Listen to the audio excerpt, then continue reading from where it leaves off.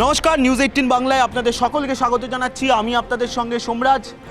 ক্যাম্পাসে কম্পাস 2021-এর বিধানসভা ভোটেও এই প্রোগ্রাম নিয়ে আপনাদের সামনে এসেছিলাম, 2024-এর লোকসভাতেও, আর এবারের বিধানসভা ভোটেও ক্যাম্পাসে কম্পাস। কলেজে কলেজে বিশ্ববিদ্যালয়ে আমরা পৌঁছে যাব। বিভিন্ন রাজনৈতিক নেতারা কি বলছেন, রাজ্যে তো এখন বিভিন্ন রকমের ভাতা দেওয়া হচ্ছে, তা নিয়ে কি বলছেন ছাত্রছাত্রীরা। আজ আমাদের জায়গা মুরলীধর গার্লস কলেজ। গড়িয়াহাটের এই কলেজে ছাত্রীরা রাজনৈতিক সচেতন, তারা জানেন কখন কি পদক্ষেপ করতে হবে। সেই ছাত্রীদের মতামত নিতে আমরা চলে এসেছি আমাদের এই বিশেষ অনুষ্ঠান ক্যাম্পাসে কম্পাস নিয়ে। চলুন দেখি ছাত্রীরা কি বলছেন। অবশ্য তারা কিন্তু গান করছেন এখন আগুনের পরশমণি। ছোঁয়াও প্রাণে এ জীবন পূর্ণ করো, এ জীবন পূর্ণ করো, এ জীবন পূর্ণ করো। রাজ্যে বিধানসভা ভোটের প্রস্তুতি শুরু হয়ে গিয়েছে, দুদফায় ভোট। আর এই দুদফায় ভোট এবং তার সঙ্গে বেশ কিছু প্রশ্ন ছাত্রীদের কাছে। আচ্ছা, যেটা প্রথমেই তোমাদের কাছে প্রশ্ন রাখতে চাইবো, এই যে আমরা বিভিন্ন সময় দেখছি ভোট এলে আমাদের বাংলার মনীষীদের নিয়ে বিভিন্ন নেতারা বিভিন্ন কথা বলছেন, আবার কেউ কেউ বলছেন মনীষীদের নাম নাকি বিকৃতও করা হচ্ছে।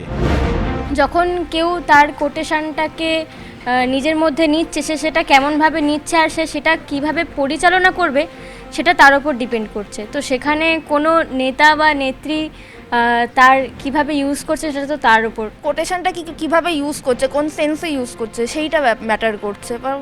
কয়েক সময় হয় আমরা দেখি যে ভুলভালভাবে জিনিসটাকে বিকৃত করে একটা কথা বলা হচ্ছে, ওটাকে আরেকটা কথাতে কনভার্ট করা হচ্ছে, সেটার মধ্যে মানুষের মধ্যে ভুল ইনফরমেশন যাচ্ছে, যে একটা ভুল ধারণা তৈরি হচ্ছে। খাওয়া দাওয়া নিয়েও এখন খুব চর্চা চলছে, রাজনীতি চলছে, তার কারণ বিহারের লিটি চোখাও তো এখানে পাওয়া যায়, এখানে আমরা অনেকেই খেয়েছি। তো এই যে বিহারের লিটি চোখা পাওয়া যায় যদি এখানে, তাহলে এই খাবারের ভেদাভেদটা কি আপনারা মানেন? এই খাবারের ভেদাভেদ নিয়েও তো এখন রাজনীতি চলছে। বিহারে যে লিটি চোখা পাওয়া যাচ্ছে, আমাদের বাংলার জিনিসও বিহারে পাওয়া যায়। তো বিহারের জিনিসটা নিয়ে কোনো রাজনীতি বা খাবার নিয়ে রাজনীতি ভেদাভেদ করাটা উচিত নয়। কোনো খাবার নিয়ে কিছু বলা উচিত নয়, বিকজ সবাইকার আলাদা আলাদা ইন্টারেস্ট থাকে।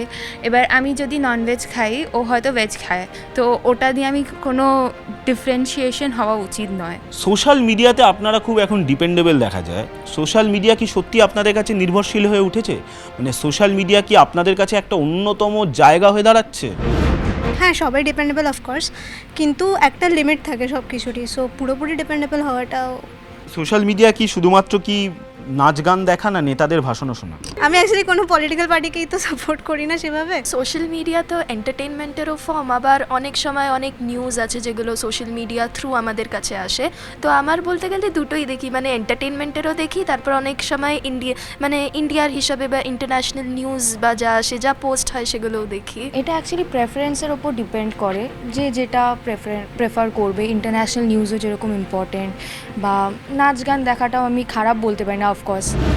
আচ্ছা, আরেকটা প্রশ্ন নিয়ে তোমাদের কাছে আসবো। সম্প্রতি একটা খুব চর্চা চলছে, যেটা হচ্ছে জেন জি। তারা নাকি দেশে দেশে সরকার ফেলে দিচ্ছে। তো এই জেন জিদের নিয়ে তোমাদের কি মতামত? জেনজি মানেই যে উগ্র বা কাউকে মানে না সেরকম নয়। জেনজিরা চায় কিভাবে সরকার গঠন করতে, মানে তারা প্রচলিত চিন্তাভাবনাকে পিছিয়ে রেখে নতুন আধুনিক চিন্তায় তারা সরকার গঠন করতে চায়। তারা অনলাইনে, মানে এই টুইটার বলুন বা ইনস্টাগ্রাম বলুন বা ফেসবুক বলুন, এগুলোতে সবসময় তারা যে সময় নষ্ট করে সেটা তো নয়। ফার্স্ট অফ অল আমি আসি সোশ্যাল মিডিয়ার ব্যাপারটায়। সোশ্যাল মিডিয়া একদিক থেকে যেমন আমাদের জন্য ভালো, তেমন একদিক থেকে কিন্তু অনেক দিক থেকেই খারাপও বটে। যেমন ধরুন, সোশ্যাল মিডিয়া থেকে আমরা বিভিন্ন ধরনের নিউজ পাচ্ছি, সোশ্যাল মিডিয়া থেকে আমরা অনেক কিছু জানতে পারছি। আবার সোশ্যাল মিডিয়া অনেক সময় অনেক খারাপ দিকও আমাদের সামনে ধরিয়ে দেয়, বা অনেক ভুল নিউজও আমাদের সামনে আনে। সব নিউজ যে গ্রহণশীল সেটা কিন্তু নয়। যেমন নেপালের ঘটনাটা, যে সেখানে জেনজিরা সরকারের পতন ঘটিয়েছে, বাট সেটা সবসময় যে বিদ্রোহ বা খুব লড়াইয়ের মাধ্যমেই করতে হবে তা নয়, আমরা শান্তভাবেও সমস্ত কিছু হ্যান্ডেল করতে পারি। ভোট দেওয়া হয়, আর ভোট দেওয়ার সময় মাথায় কি রাখেন? নতুন যে সরকার আসবে বা যে সরকার হবে তারা যেন আমাদের সুবিধা অসুবিধাগুলো আগে দেখে, আমাদের এই পড়াশোনার ব্যাপারে, আমাদের আগামী দিনের কেরিয়ার ব্যাপারে, আমাদের চাকরি বাকরির ব্যাপারে যেন দেখে। কারণ পশ্চিমবঙ্গে এই মুহূর্তে চাকরির সংখ্যা অনেক কমে গেছে, তো আমরা চাইছি আরও যাতে চাকরির সংখ্যা বাড়ুক এবং আমাদের প্লেসমেন্ট হোক, যাতে আমাদের ফিউচারটা সিকিওর হয়। আমরা যখন ভোট দিই অ্যাজ এ ভোটার হিসেবে আমাদের মাথায় প্রথমেই আসে যে যেগুলো ডেফিসিয়েট হচ্ছে, আমাদের পলিটিক্যাল সিস্টেম বলুন, আমাদের যেটা এডুকেশন সিস্টেম বলুন, ফাইন্যান্সিয়াল সিস্টেম বলুন, এই তিনটে জিনিসটা আমরা চাই এটা রিফর্মে আনতে। যে কোনো গভর্নমেন্ট যেই আসুক না কেন, যাকে আমরা ভোট দিই সে না আসতে পারে, অন্য কেউ তো আসতে পারে।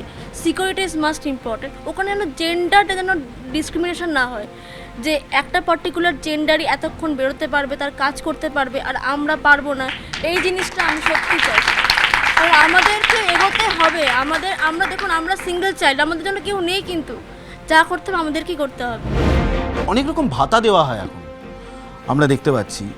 ভাতা বলুন বা স্কিমের মাধ্যমে আর্থিক সাহায্য বলুন, লক্ষ্মীর ভাণ্ডার, যুবসাথী, কৃষক বন্ধু, প্রচুর, এমনকি কেন্দ্রীয় সরকারেরও প্রচুর প্রকল্প আছে। এই ভাতাগুলোকে আপনারা কিভাবে দেখেন? আমার একটাই প্রশ্ন, যে চাকরি না দিয়ে ভাতাটা দেওয়া হচ্ছেই বা কেন? হ্যাঁ, মানে এটাই আমি প্রশ্নটা করতে চাই, যে ভাতা দিচ্ছে ঠিক আছে, অনেকে যোগ্য নয় বা যোগ্য, যারা যোগ্য তাদেরকে চাকরি দেওয়া হোক। চাকরিও যেরকম ইম্পর্টেন্ট তেমনি সাধারণ মানুষের জন্য, মানে যারা হাউসে, তাদের জন্য ভাতাটাও খুব ইম্পর্টেন্ট। আমরা দেখেছি এ রাজ্যে এসআইআরে মানুষ লাইনে দাঁড়িয়ে রয়েছে। সত্যি কি যারা ইয়ং জেনারেশন তারা কি বলছে? এসআইআরের লাইনে দাঁড়িয়ে আছেন, তাদের বাড়িরও, এনাদের বাড়িরও অনেকে অবশ্যই দাঁড়িয়েছিলেন এসআইআরের লাইনে। কেউ আপনাদের বাড়ি কেউ?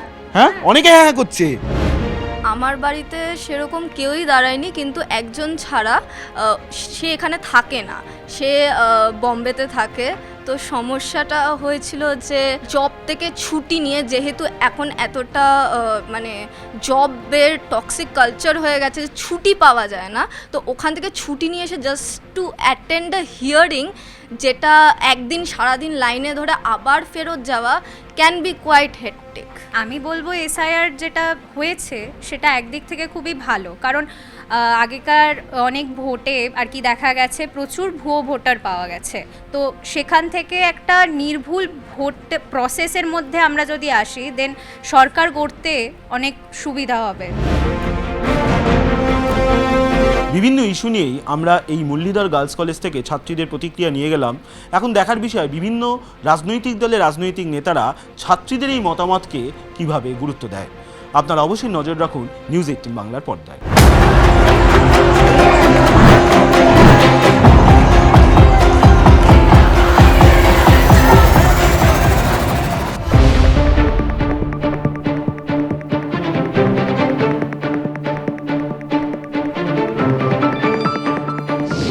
নমস্কার, দেখছেন নিউজ 18 বাংলা, আপনাদের সঙ্গে রয়েছি আমি সোনিয়া। ভোটের দামামা বেজে গিয়েছে, রাজ্য রাজনীতিতে শুরু হয়ে গেছে প্রচার, প্রতিশ্রুতি আর সমীকরণের লড়াই। রাজনৈতিক নেতারা প্রত্যেকেই সাধারণ মানুষের কাছে পৌঁছে যেতে চাইছেন, নিজেদের বক্তব্য জানাতে চাইছেন। কিন্তু এসব কিছুর ভিড়ে এবারের ভোটে একটা বড় ফ্যাক্টর জেন জি, তরুণ প্রজন্ম, কলেজ পড়ুয়ারা, তরুণ তরুণীরা, তারা ঠিক কি ভাবছেন। ক্যাম্পাসে কম্পাস এই প্রোগ্রামের কারণ কি? তার কারণ জেন জি, যারা টক অফ দ্য টাউন, তাদের ভোট কতটা ম্যাটার করে, কারণ তাদের ভোট বদলে দিতে পারে অনেক সমীকরণ, বদলে দিতে পারে সব হিসেব নিকেশ। আর সে কারণেই তো আজ আমি উপস্থিত হয়েছি জলপাইগুড়ির আনন্দচন্দ্র কলেজ অফ কমার্সে।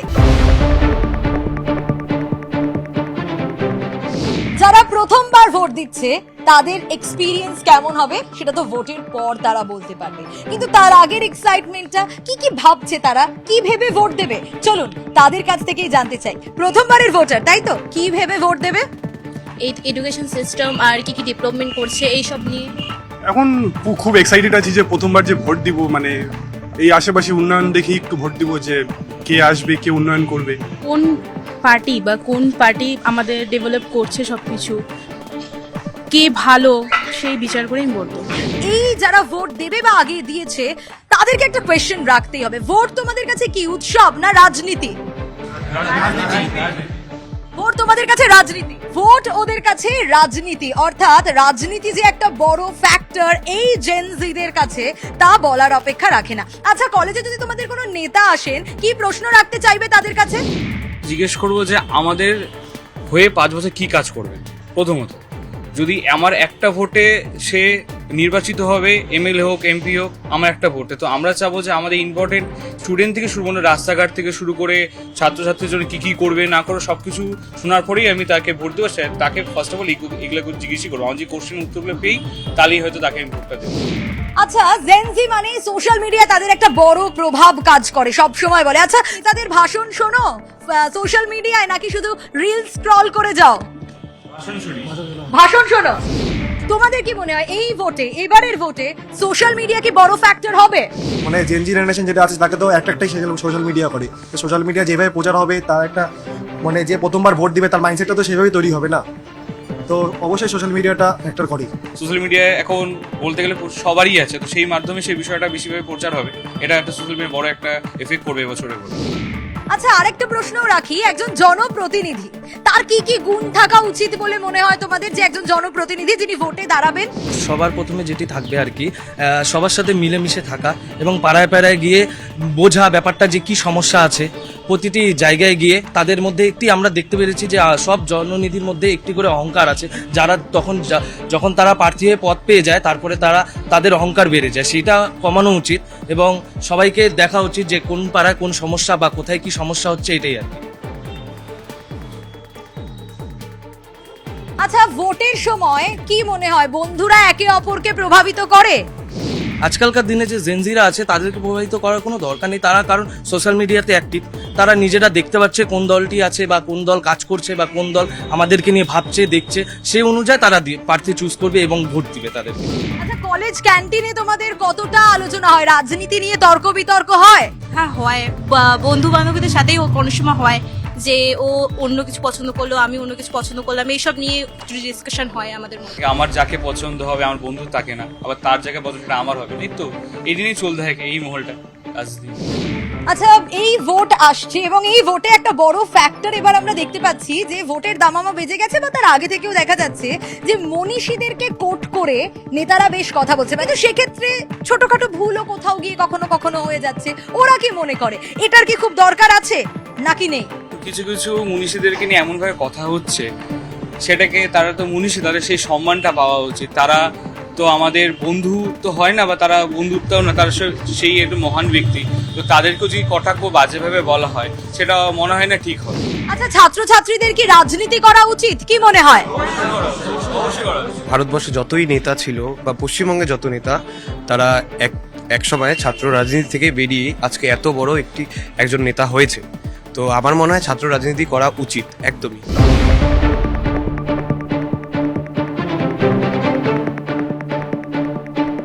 আরেকটা প্রশ্ন বারবার করে উঠে আসে এখন, ভাতার প্রসঙ্গ। আমরা দেখেছি যুবসাথী ভাতা চালু হয়েছে, আমরা দেখেছি বিভিন্ন ক্ষেত্রে অনেক কিছু প্রকল্প আছে এরকম রাজ্য সরকারের, কিন্তু এই ভাতাকে অনেকে ভিক্ষেও বলেন, কটাক্ষ করেন। ওরা কিভাবে ভাবে ভাতা ভালো না খারাপ জানতে চাই ওদের থেকে। ধরুন আমি কোনো একটা ব্যাংকেরই পরীক্ষা দেবো, একটা জেনারেল ক্যান্ডিডেটকে 800 টাকা দিয়ে ফর্মটা ফিল আপ করতে হয়, তার আরও আছে। সেটা এই যে আমাদের পশ্চিমবঙ্গ সরকার যেটা প্রজেক্ট করেছে যুবশ্রী, সেটা অবশ্যই আমাদের কাজে বিভিন্ন পরীক্ষাগুলো একটা কাজে দিবে। আমি যদি কোনো একটা এক্সামের ফর্ম ফিল আপ করতে যাই, তো আমাকে একটা পরিমাণ অ্যামাউন্ট পে করতে লাগে, তো সবসময় সেটা আমার বাবার কাছে যেতে লাগে, না হলে মার কাছে যেতে লাগে। তো এখন যেহেতু আমরা এই ভাতাটা পাচ্ছি, তো সেটা দিয়ে আশা করি আমার সুবিধা হয়ে যাবে, কারণ আমাকে আর বাইরে থেকে টাকাটা নিতে হবে না। আচ্ছা, ভোট এলেই দেখা যায় যে নেতাদের আনাগোনা বেড়ে যায়, হঠাৎ করেই তারা খুব বেশি কনসিয়াস হয়ে যায়, এরকম দেখা যায় বিভিন্ন ক্ষেত্রে। ওরা কি ভাবে এটাকে? ভোট আসলেই তাদের একটি মনে ভয় থাকে যে আমি যদি আজকে এই জায়গাটায় প্রার্থী হয়ে আছি, ওখানটায় যদি আমি না যাই, ভালো মন্দ যদি আমি না দেখি, তাহলে হয়তো ভোট হয়তো আমি কম পাবো বা সেই জায়গাটা আমি পৌঁছাতে পারবো। যখনই ভোট আসে তার আগে আগে নেতারা কোথাও গিয়ে দল বদল করতে শুরু করে। ওদের কাছে যখন রাজনীতি এতটা ম্যাটার করে তখন এই বিষয় নিয়েও নিশ্চয়ই ওরা ভাবে। কি ভাবে দেখি, ওদের কাছ থেকেই শুনি। এখন কোনো ব্যক্তি যদি জল চেঞ্জ করে, একটা হবে তার সেই যেই দলের সাথে তার সাথে সমস্যা, না হলে তার ব্যক্তিগত সে কোনো সুযোগ সুবিধা পাচ্ছে না। এসআইআর এখন একটা বড় ফ্যাক্টর। সেই এসআইআর নিয়ে আসলে ওরা কি ভাবছে? এসআইআর নিয়ে কি ওরা বা ওদের পরিবারের কাউকে সমস্যায় পড়তে হয়েছে? একটু শুনি ওদের কাছ থেকে। এসআইআর নিয়ে সমস্যায় পড়তে হয়েছে? অবশ্যই পড়তে হয়েছে। আমাদের ফ্যামিলি মেম্বারই একজন আছে, আমার কাকি, উনি যার হলো নাম আসেনি, ঠিক আছে। তো এখন কয়দিন আগে আমরা 2 দিন আগে দেখেছিলাম জলপাইগুড়ি মিউনিসিপ্যালিটির সামনে দেখছিলাম, যখন আমরা যখন ঘুরতে যাচ্ছিলাম সেখানে, তখন দেখি মিনিমাম 1,500 থেকে 2,000 লোকের লাইন। সেখানে মানুষ রোদে দাঁড়িয়ে আছে, যাদের নাম আসেনি। কারোর নাম হয়তো দাসের মধ্যে দুন্তের স আছে, তার নাম হয় তালবি স আসছে। তা সে কি তার বাবার ছেলে না বা বাবার মেয়ে না? এটা তো হতে পারে না। এই যে নেতাদের রথযাত্রা বা পুরীর জগন্নাথকে নিয়ে টানাটানি, কি মনে হয় এই বিষয়গুলো কিভাবে দেখো? মানে অন্যভাবেও প্রচার করা যায়, এভাবে ভাবো কি? বলবো যে আমি পুরীর জগন্নাথ মন্দির এগুলা নিয়ে কোনো টানাটানি করাটা উচিত না, কারণ দেবতাদের স্থান এগুলা নিয়ে করাটা ঠিক হবে না। আচ্ছা, জেন জি তাদের ভোট তো একটা বড় ফ্যাক্টর। তারা নতুন সরকারের কাছ থেকে কি চায় শুনি তাদের কাছ থেকে। প্রথমত আমি একজন স্টুডেন্ট, তো সেই হিসাবে বলতে গেলে স্টুডেন্টরা যাতে আরও সুযোগ সুবিধা পায়। ইভেন তার সাথে একটাই আমার তরফ থেকে বলবো, আমরা আমার বন্ধু হোক বা আমি হই, অনেক জায়গায় আমরা যাতায়াত করি এডুকেশনের জন্য। সেই যদি আমাদের একটা যদি স্টুডেন্ট যে বাস ভাড়াটা যদি সেটা যদি 50% বা যেটাই হয়, যদি স্টুডেন্ট কনসেশন যেটা দেওয়া হোক। এই ক্যাম্পাসে কথা বলে বোঝা গেল জেন জি তরুণ ভোটাররা এখন অনেক বেশি সচেতন। তারা শুধু প্রচার নয়, কাজের খতিয়ান, কাজের হিসেবও চায়, উন্নয়ন কতটা হয়েছে সেটাও জানতে চায়। আজ ক্যাম্পাসে কম্পাস এখানেই শেষ করছি। আবারও দেখা হবে আপনাদের সঙ্গে অন্য কোনোখানে, অন্য ক্যাম্পাসে। তাদের কথা জানবো, তরুণ ভোটারদের কথা ভাববো।